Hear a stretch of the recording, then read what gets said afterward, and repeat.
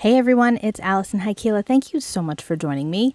I've been seeing a lot of Christmas in July lately, but not too much Halloween, and I thought it was time to represent my favorite day of the year. So we're going to make something fun with some Tim Holtz products from last year. I've got the big Frights die set. I love this set, it's so fun. Plus this background that I made some time ago with alcohol inks that has Eggplant, which is my favorite color of alcohol ink ever. You can see that's a really old label. And then we have Splendor, which is an alcohol ink pearl. This background was made on Jot poster board paper. You can get this at Dollar Tree. This is my preferred paper to use when I'm working with alcohol inks. And I decided to cut that ink out of that piece of paper. And I think it came out really good. Here I'm just kind of dropping it onto my glass mat because that's usually the way I get my pieces to fall out of my dies, but I needed to use my pokey tool. No big deal. And I think it looks really cool like that. I really like it. And I've got plenty of scrap left over where I can use it for something else. So I've got this nice dusty purple cardstock. Isn't that color fabulous? This is an old Prism cardstock. You're not going to be able to find this anymore, but I'm trying to use my stash instead of cutting into new things that I might have. That shadow layer creates a perfect thin border around that entire word, and the same for the boo that's in that set also. So this is the Tiny Frights stamp set. This also came out last year, and I'm going to use that adorable bat. I haven't gotten to use these products too often, so I'm really excited that I had the opportunity to pull them out. I needed some Halloween in my life. So we have Villainous Potion Distress Oxide, we have Crackling Campfire Distress Ink, and Carved Pumpkin Distress Ink.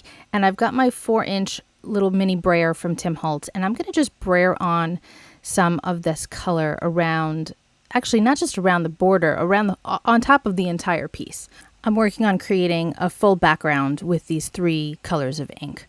So you can see what's cool is the brayer is actually picking up the shape of the ink pad itself as we're applying the brayer to the ink pad. And I think that that's really neat. I love that there are those little squares kind of showing. I think that that's fun. You wind up really not seeing them in the final project, but I don't know. I like it. I thought it was kind of neat. I didn't expect that to happen. So I like unexpected things. So now we're going to use Crackling Campfire.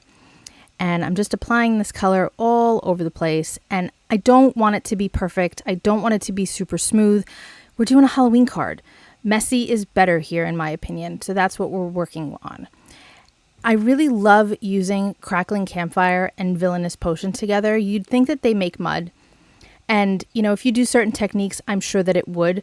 But here, it doesn't. Mostly because we're using a Distress ink at first. And then we're going to use an Oxide. Because oxides have that pigment property to them. So as you layer them on top of inks, the pigment is opaque, whereas the inks are not. So it kind of masks off some of those oranges, and you don't get that brown mud that you would get if you were just working with translucent inks.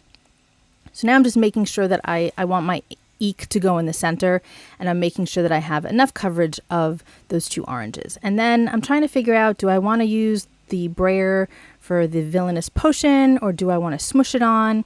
And I decide essentially to do some ink smushing. So I'm just wiping off my glass mat, and I'm using some water and a towel to wipe off my brayer as well, just so that we make sure that it's nice and clean for the next time I use it. So now I'm going to just smush that right into my glass mat. I mean, seriously, that is like the most glorious purple. I love, love, love this color. I'm using my fingers to kind of break up that pattern a little bit, and now I'm going to smush. And at first I'm like, ooh, I went a little too heavy in some spots. You'll see it in a minute. But then I'm like, you know what? We're going to just go with it. Messy is good. I enjoy making a big mess, and I really like how it turned out in the end.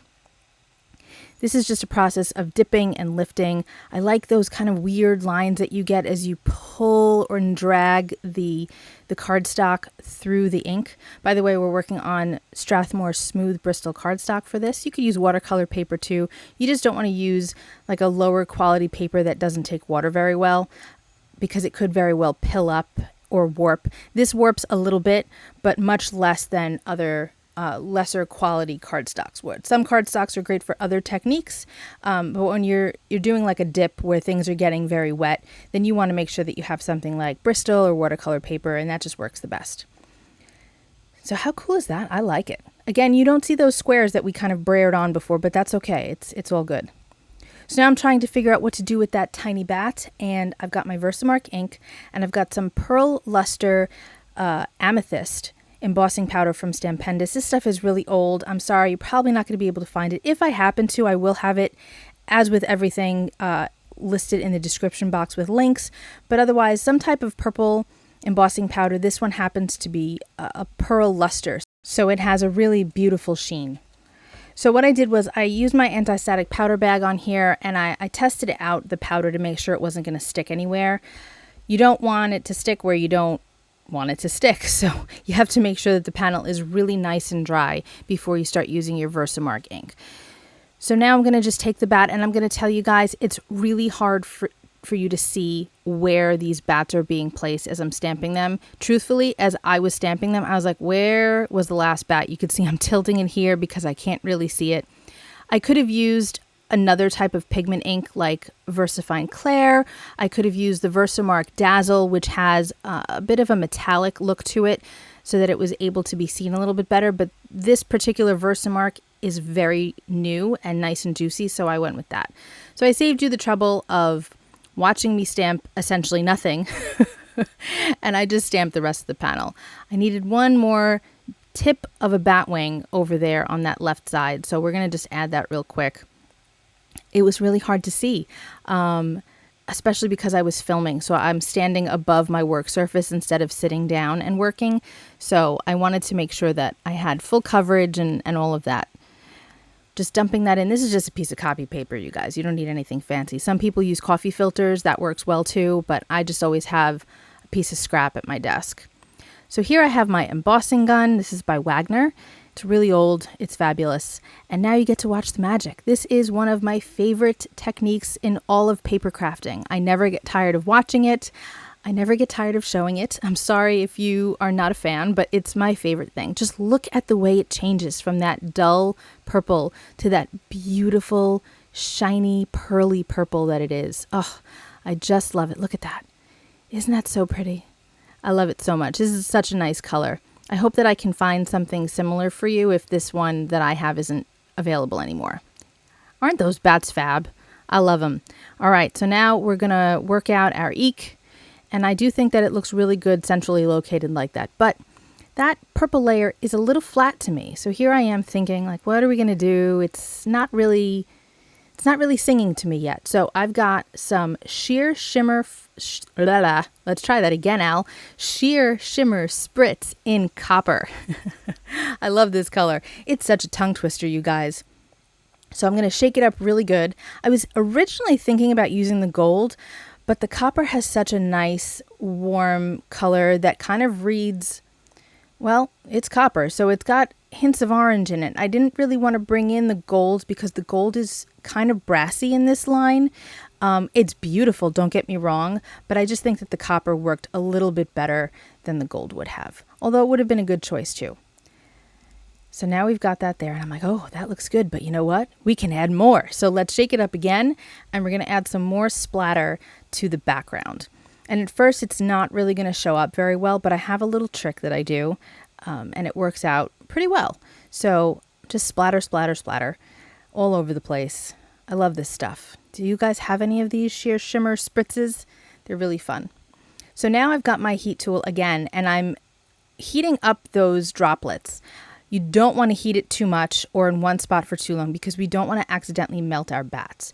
But once you have them heated up just a little bit, you grab a paper towel, slap that on top, pull it off, and you've got dried droplets, and they're more pronounced because you've added that touch of heat to it. Can't really explain it, but it works out, and I love the effect. You can let it air dry, but I'm impatient, and I feel like I get a better effect when I do what I just did. Okay, so now we've got our card base, and of course, I ain't leaving it white, but I'm trying to figure out what it is that I want to do. And I'm thinking that carved pumpkin is a good way to go. So we're going to apply that carved pumpkin all the way around the edge, and I'm still not happy with it. It's okay, but I need to go a little further with it. So let's see what I'm going to do. I'm going to cover that up, and now we've got that copper again. And what I'm going to do is spray my glass mat directly. I'm going to use a brush to apply it, but I don't want to dip my brush right into the spritz because I don't want to alter the color at all, because I could essentially pull up some of that carved pumpkin distressing, and I don't want that to be in my bottle, but I don't mind if it gets on my glass mat, right? So spraying it on the mat first and then applying it works out just fine. Can you see that shimmer? It's even more apparent when it's dry, but I decide to add a second coat of it, and because I'm applying it so thin, it really dries right away. Now you can see that my card is starting to warp. Remember how earlier I had mentioned that you don't want to use like a lower quality cardstock of any kind when you're doing like a dip technique? Well, this is why. Also, it could pill, but that warping makes me bananas. So I'm going to grab my heat tool and kind of heat that up, dry it, and then kind of rebend it into shape. I don't remember if I do that on camera. I think I did it off camera. But that's just something to keep in mind, that you can use a heat tool to kind of help the cardstock get back into shape. So now I have some Artis craft glue. This is from scrapbook.com, and you could use whatever liquid glue you like. You could use dry glue, whatever kind of adhesive you like. I'm trying out this Artis, plus the tip on this one I left as a wider tip than my Barely Arts glue, which just makes the process go a little faster when applying it to my cardstock in large pieces like this. If I was working with like super fiddly bits, here you go. Now I'm going to kind of heat set that card to make it straighter. If I'm working with like really fiddly things, like the Barely Arts glue is great because I've got that tiny needle on it, the needle nose, and the Artis glue has that as well, but I wanted to have glue with two different types of tips just to make my life a little easier. So I left the fat tip on this one, and that works out really well for big pieces like this. So this is my card, and I've got to be honest, I went back and forth for quite a while trying to decide if I wanted to add anything else. I have a bit of edited footage that I left out because I was trying different bats and sequins and all sorts of stuff, but I decided, you know what? I'm going to just leave it like this. So I'd love to know what you think. Do you think it needs anything else, or do you think it's fine the way it is? The good thing about it being flat is that it's going to mail just perfectly. But I don't know. The jury's still out. I think it's great, but I'm not sure if it needs something else. So let me know in the comments what you think. I hope you enjoyed this video. I'll be back soon with some more stuff, definitely some more Halloween, and I will see you all very soon. Be well, stay safe, peace out.